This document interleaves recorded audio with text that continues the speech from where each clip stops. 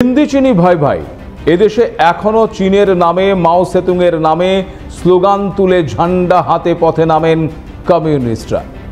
চীনের কমিউনিজম থেকেই অনুপ্রাণিত ভারতের এখনকার মাওপন্থী কমিউনিস্টরা। মাওবাদ বলে আলাদা কিছু নেই বলা ভারতের অন্য অংশের কমিউনিস্টদের স্লোগানে লেনিন স্তালিনের সঙ্গে উচ্চারিত হয় এই মাওয়ের নাম।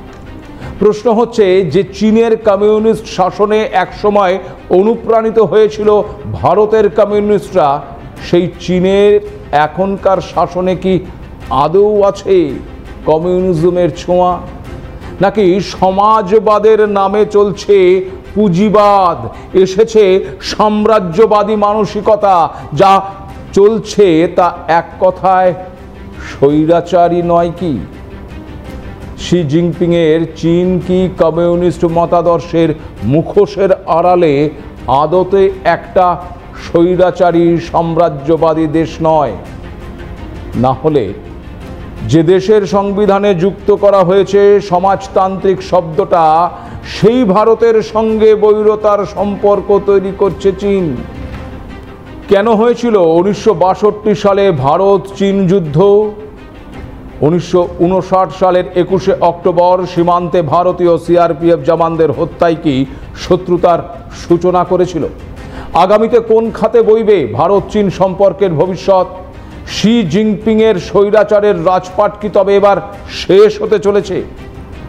এসব প্রশ্নের উত্তর খুঁজতেই শুরু করছি আজকের এডিটরস ডায়েরি। নমস্কার, আমি ভাস্কর দত্ত, আপনাদেরকে স্বাগত জানাই। আপনারা কি জানেন যে চীন আজ ভারতের বিরোধিতা করে, ভারতের শত্রু দেশের সঙ্গে হাত মেলায়? সেই চীন আর ভারতের সম্পর্ক একসময় বিপ্লবী আদর্শে অনুপ্রাণিত এক বন্ধুত্বের গল্প ছিল, যেখানে দুটি দেশই ঔপনিবেশিক শাসনের পর স্বাধীন রাষ্ট্র হিসেবে নতুন সমাজতান্ত্রিক ব্যবস্থার স্বপ্ন দেখত। কিন্তু নিয়তির কি খেলা, সেই সম্পর্ক ক্রমে রূপ নিয়েছে শত্রুতায়। 1959 সালের 21 অক্টোবর লাদাখের হট স্প্রিংসে চীন ভারতের সীমান্তে সিআরপিএফ জওয়ানদের সঙ্গে সংঘর্ষে জড়িয়ে পড়ে। 1959 সালের এই দিনেই ভারতীয় সীমান্ত টহলরত সিআরপিএফ সদস্যরা হট স্প্রিংসে চীনা বাহিনীর অতর্কিত হামলার মুখে পড়েন। শহীদ হয়েছিলেন 10 জন ভারতীয় জওয়ান। এই ঘটনা থেকেই 1962 সালে ভারত চীন রক্তক্ষয়ী যুদ্ধ শুরু হয়। যুদ্ধ শেষ হয় চীনের একপাক্ষিক যুদ্ধ বিরতিতে। এই যুদ্ধের ফলে ভারতের মনোবল ভেঙে যায়, লাখো লাখো মানুষ শরণার্থী হয়। এমনকি এই যুদ্ধ ভারতের রাজনৈতিক দিকেও গভীর ছাপ ফেলে। ধাক্কা খায় জওহরলাল নেহরুর আন্তর্জাতিকতাবাদী স্বপ্ন। প্রতিরক্ষা নীতিতে বদল আনে ভারত, বাড়ে সামরিক খাতে বাজেট। সর্বোপরি তৈরি হয় চীনের প্রতি রাজনৈতিক এক অবিশ্বাস। এরপর সীমান্ত এলাকায় দাবি নিয়ে মতবিরোধ ক্রমেই বেড়েছে, বহাল থেকেছে সীমান্তে উত্তেজনা। 1988 সালে রাজীব গান্ধীর বেজিং সফর ছিল চীনের সঙ্গে ভারতের সম্পর্ক উন্নতির প্রথম পদক্ষেপ। তারপর কেটে গেছে অনেকগুলো বছর, কিন্তু 2020 সালে গালওয়ান উপত্যকায় সংঘর্ষ ফের প্রমাণ করেছে 1962 সালের যুদ্ধের পর চীনের ওপর যে অনাস্থা জন্মেছিল, সেই অবিশ্বাস এখনো বর্তমান। অথচ আইরনিক্যাল ব্যাপার হলো যে চীনা কমিউনিজম ভারতের বামপন্থীদের অনুপ্রাণিত করেছিল। সেই চীনেই আজ শি জিনপিংয়ের আমলে চলছে এক স্বৈরাচারী শাসন। কেন? চীনে আদৌ কি বেঁচে আছে কমিউনিজম, নাকি কমিউনিজমের মুখোশের আড়ালে চলছে একদলীয় স্বৈরতান্ত্রিক শাসন? 1920 থেকে 1930-এর দশকে কমিউনিস্ট পার্টি গড়ে উঠেছিল চীনে। রাশিয়ার বলশেবিক বিপ্লবে অনুপ্রাণিত হয়ে চীনের বিপ্লবী জাতীয়তাবাদীদের অনেকেই সাম্যবাদী সমাজতান্ত্রিক আন্দোলনের পথে এগিয়ে যান। বলশেবিকরা ছিলেন রাশিয়ান সোশ্যাল ডেমোক্রেটিক ওয়ার্কার্স পার্টির একটি শাখার সদস্য। নেতৃত্বে ছিলেন ভ্লাদিমির লেনিন। 1917 সালের অক্টোবরে তিনি রাশিয়ার সরকারের নিয়ন্ত্রণ দখল করেন এবং প্রভাবশালী রাজনৈতিক শক্তিতে পরিণত হন। সেই ধারাতেই 1925 সালের 26শে ডিসেম্বর গঠিত হয় ভারতের কমিউনিস্ট পার্টি, অর্থাৎ সিপিআই। উত্তরপ্রদেশের কানপুরে হয়েছিল তাদের প্রথম সম্মেলন, যদিও এ নিয়ে বিতর্ক রয়েছে। সিপিআই ভেঙে গঠিত দল ভারতীয় কমিউনিস্ট পার্টি মার্ক্সবাদী অর্থাৎ সিপিআইএম মনে করে সিপিআই প্রতিষ্ঠিত হয়েছিল 1920 সালের 17 অক্টোবর। এই শুরুর দিকটায় রাশিয়ার কমিনটার্ন এবং সোভিয়েত ইউনিয়নের সহায়তা খুব গুরুত্বপূর্ণ ছিল। এদের সাহায্য অবশ্য ভারতের স্বাধীনতা আন্দোলনেও গুরুত্বপূর্ণ ভূমিকা পালন করেছিল। স্বাধীনতা পরবর্তীকালে চীনের মাও সেতুংয়ের ভাবধারায় অনুপ্রাণিত হয়ে ভারতের বেশ কিছু জায়গায় চরমপন্থী কমিউনিস্ট আন্দোলন জোরালো হতে দেখা যায়। দ্বিতীয়বার ভাগ হয় ভারতের কমিউনিস্ট আন্দোলন। সিপিআই এবং সিপিআইএম এর পর গঠিত হয় সিপিআইএমএল। 1960 থেকে 70-এর দশকে ঘটে যাওয়া নকশালবাড়ি আন্দোলনও ওই মাও অনুপ্রেরণায় অনুপ্রাণিত ছিল। চারু মজুমদার, কানু সান্যাল এবং দেশ জুড়ে গ্রামের আদিবাসীদের নেতৃত্বে পরিচালিত হয়েছিল এই আন্দোলন। তারা চীনের মাও সেতুংয়ের বিপ্লবী যুদ্ধ এবং কৃষক অভ্যুত্থানের ধারণায় গ্রাম দিয়ে শহর ঘেরার ভাবনায় প্রভাবিত হয়েছিল। এখনকার সিপিআই মাওবাদী তো সরাসরি চলে ওই মাও আদর্শে। এর থেকে কি বোঝা গেল? ভারতীয় কমিউনিজমের অনুপ্রেরণায় বড় ভূমিকা রয়েছে ওই চীনা মডেলের। এমনকি মাওয়ের slogan people's war protected revolution ভারতের কিছু বামপন্থী নেতার চোখে মুক্তির মন্ত্র হয়ে ওঠে। চীনে কিন্তু কমিউনিস্ট পার্টির যাত্রা শুরু হয় 1921 সালে। তারা প্রাথমিকভাবে সোভিয়েত ইউনিয়নের মডেল অনুসরণ করলেও মাও এক পর্যায়ে চাইনিজ পাথ টু সোশ্যালিজম তৈরি করেন। 1949 সালে মাও সেতুংয়ের নেতৃত্বে গণপ্রজাতন্ত্র চীন বা পিপলস রিপাবলিক অফ চায়না গঠিত হয়। ল্যান্ড টু দ্য টিলার নীতি, জমি সংস্কার, ধনী জমিদার নিধন, এগুলো সবই ওই নানাভাবে ভারতীয় বামপন্থীদের অনুপ্রেরণা যোগাতে শুরু করে। কিন্তু এই মাওয়ের শাসনেই শুরু হয় তীব্র কেন্দ্রীয় নিয়ন্ত্রণ। তিনি একটি শক্তিশালী কেন্দ্রীয় সরকার গঠন করে দেশের সমস্ত দিক নিয়ন্ত্রণে আনার চেষ্টা করেন। এর মধ্যে ছিল অর্থনীতি, রাজনীতি এবং সমাজের ওপর কঠোর নিয়ন্ত্রণ, সবটাই। আর এই প্রক্রিয়াটি পরিচিত হয় সুপার সেন্ট্রালাইজেশন নামে, যেখানে স্থানীয় সরকারগুলির ক্ষমতা হ্রাস করে সমস্ত সিদ্ধান্ত নেওয়া হতো ওই বেজিং থেকে। জানেন কি, মাও সেতুংয়ের নেতৃত্বে 1966 থেকে 1976 সালে সাংস্কৃতিক বিপ্লব ছিল বিরোধীদের নির্মূল করা, সমাজে ভয় এবং বিশৃঙ্খলা সৃষ্টি করা এবং মাওয়ের নামে ব্যক্তি পুজোর একটি প্রচেষ্টা তৈরি করা। এই সময়ে লক্ষ লক্ষ মানুষ নির্যাতনের শিকার হয়েছিলেন, অনেকের জীবন কেড়ে নেওয়া হয়েছিল।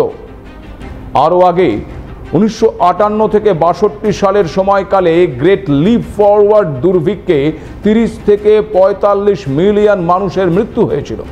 কারণ এই কর্মসূচির অংশ হিসেবে কৃষকদের বৃহৎ পরিসরে একত্রিত করা হয়েছিল। কৃষি জমি থেকে ভারী শিল্পের সম্পদ স্থানান্তরিত করা হয়েছিল। পরিণতিতে দেখা দিয়েছিল ভয়াবহ দুর্ভিক্ষ, বিপুল সংখ্যক মানুষের মৃত্যু।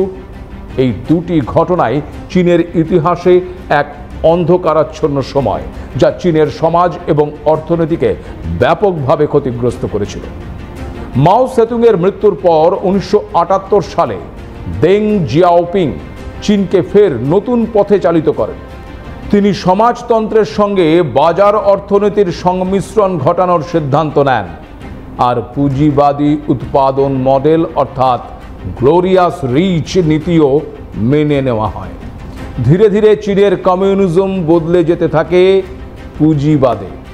কমিউনিজমের নাম থাকলেও চীনের অর্থনীতি ক্রমেই পুঁজিবাদী রূপ নেয়, আর এখান থেকেই শুরু হয় বর্তমান চীনের যাত্রা। 2012 থেকে চীনের ক্ষমতায় আসেন বর্তমান রাষ্ট্রপতি শি জিনপিং। ক্ষমতা হাতে পেতেই ঘোষণা করেন চীনের স্বপ্ন নীতির, যা নাকি ছিল চীনের নাগরিকদের পুনরুজ্জীবন দেওয়া এবং একটি শক্তিশালী, আধুনিক, সমৃদ্ধ সমাজতান্ত্রিক দেশ গড়ার লক্ষ্যে। তারপরেই 2018 সালে চীনের সংবিধানে একটি সংশোধনী এনে এই শি জিনপিং প্রেসিডেন্ট পদের জন্য তার সীমাহীন মেয়াদ নিশ্চিত করেন। নতুন আইনে আজীবন কর্মক্ষমতায় থাকতে পারবেন চীনের কমিউনিস্ট পার্টির এখনকার সাধারণ সম্পাদক শি জিনপিং। এ কি সেই কমিউনিজমের নমুনা যা থেকে ভারতের কমিউনিস্টরা অনুপ্রাণিত হয়েছিল?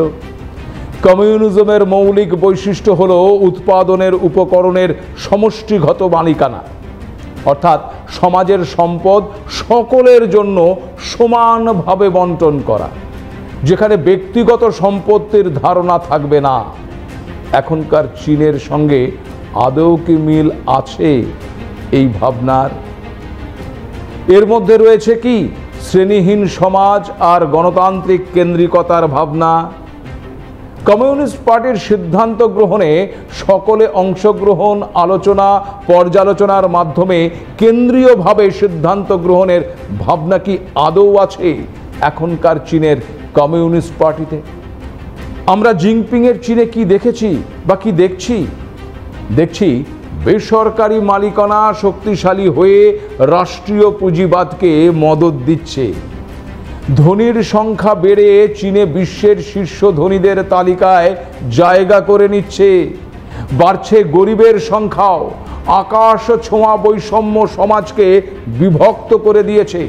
একদলীয় শাসনে গণতান্ত্রিক অংশগ্রহণের সুযোগ কার্যত নেই।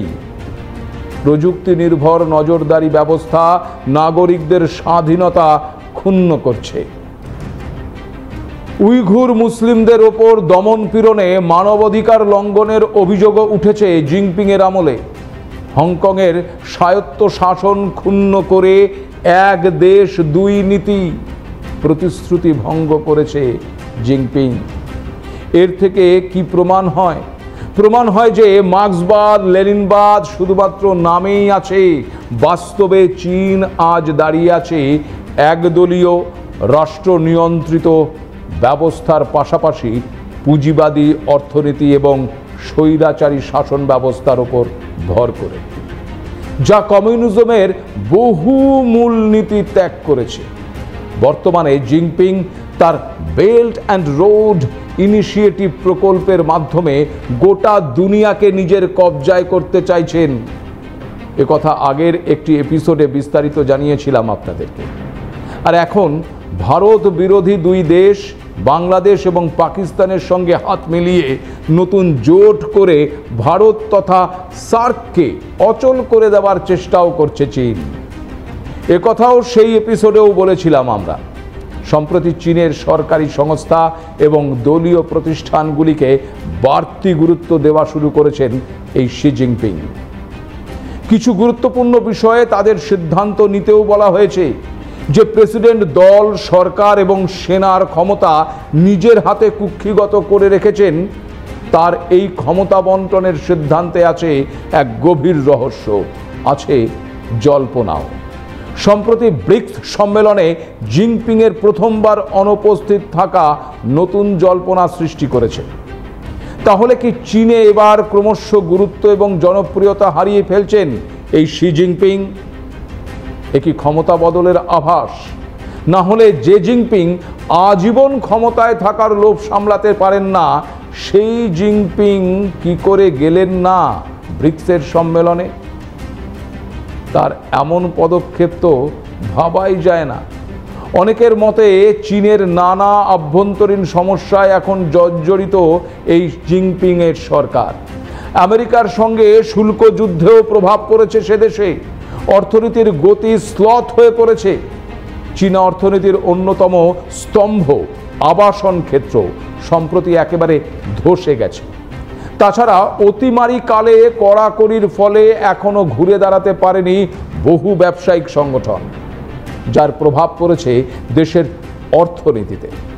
এসব সামলাতে না পেরেই কি এবার ক্ষমতা বন্টনের দিকে এগোচ্ছেন জিনপিং, নাকি নেপথ্যে আছে আরো বড় কোনো কারণ? মার্কিন চীন সম্পর্কের পর্যবেক্ষক গর্ডন চ্যাং যে বলেছেন, বেজিংয়ে ক্রমে গুরুত্ব হারাচ্ছেন জিনপিং। ব্রিক্সে তার না থাকার অন্যতম ইঙ্গিত এটাই।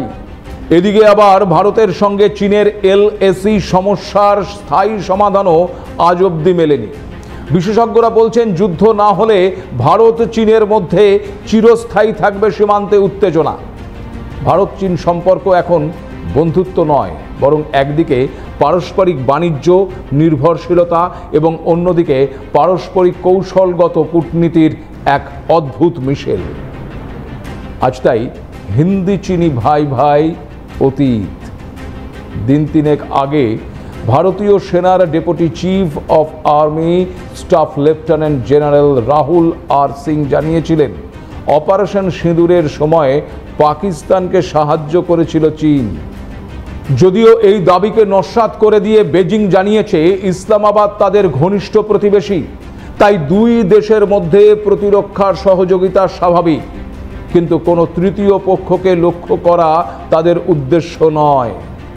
একথা জানিয়েছেন চীনের বিদেশ মন্ত্রকের মুখপাত্র মাও নিং। এমনকি ভারত পাকিস্তানের মধ্যে সংলাপ এবং পরামর্শের মাধ্যমে দুই দেশের মতপার্থক্য দূর করে মৌলিক সমাধান খোঁজার বিষয়টিকে চীন সর্বদা সমর্থন করে বলেও দাবি করেছেন এই মাও। তার কথায়, এই বিষয়ে চীন গঠনমূলক ভূমিকা পালন করতে আগ্রহী, এটাই চীনের নীতি। অথচ ভারতীয় সেনার deputy chief of army staff lieutenant general Rahul R Singh এর দাবি, পাকিস্তানের 81% মিলিটারি হার্ডওয়্যার চীন থেকে আসে, অস্ত্র চীনের। আসলে পাকিস্তানের মাধ্যমে নিজেদের অস্ত্রের শক্তি পরীক্ষা করে নেয় চীন। পাকিস্তানকে চীন লাইভ ল্যাব হিসেবে ব্যবহার করে। এখন কেউ যদি ভারতের কথা বিশ্বাস নাও করে, তাহলেও পরিসংখ্যান বলছে 2015 সাল থেকে পাকিস্তানে $800 কোটি অস্ত্র বিক্রি করেছে চীন। 2020 থেকে 2024 সালের মধ্যে অস্ত্র রপ্তানিকারক দেশ হিসেবে সারা বিশ্বে 4র্থ স্থানে রয়েছে তারা। এই রপ্তানির 63% গিয়েছিল ওই পাকিস্তানে। পাকিস্তানি চীনের অস্ত্র কারবারের সবচেয়ে বড় খদ্দের। পাকিস্তানের প্রতিরক্ষা মন্ত্রীও পরোক্ষভাবে স্বীকার করে নিয়েছিলেন, ভারত পাক সংঘাতের সময় গোয়েন্দা তথ্য সরবরাহ করে পাকিস্তানকে সাহায্য করেছিল চীন। তারপরেও চীনের তৃতীয় পক্ষকে লক্ষ্য করা তাদের উদ্দেশ্য নয়। এই দাবি যে আসলে চীনের কূটনৈতিক স্ট্র্যাটেজি, তা বুঝতে আর বাকি থাকে না। ফলে চীনকে সামনে রেখে ভারতে গড়ে ওঠা সমাজতান্ত্রিক ভ্রাতৃত্বের স্বপ্ন আজ ইতিহাসের পাতায় লেখা এক অসফল ট্র্যাজিক কাহিনী। সে সরকারি স্তরেই হোক কিংবা ভারতের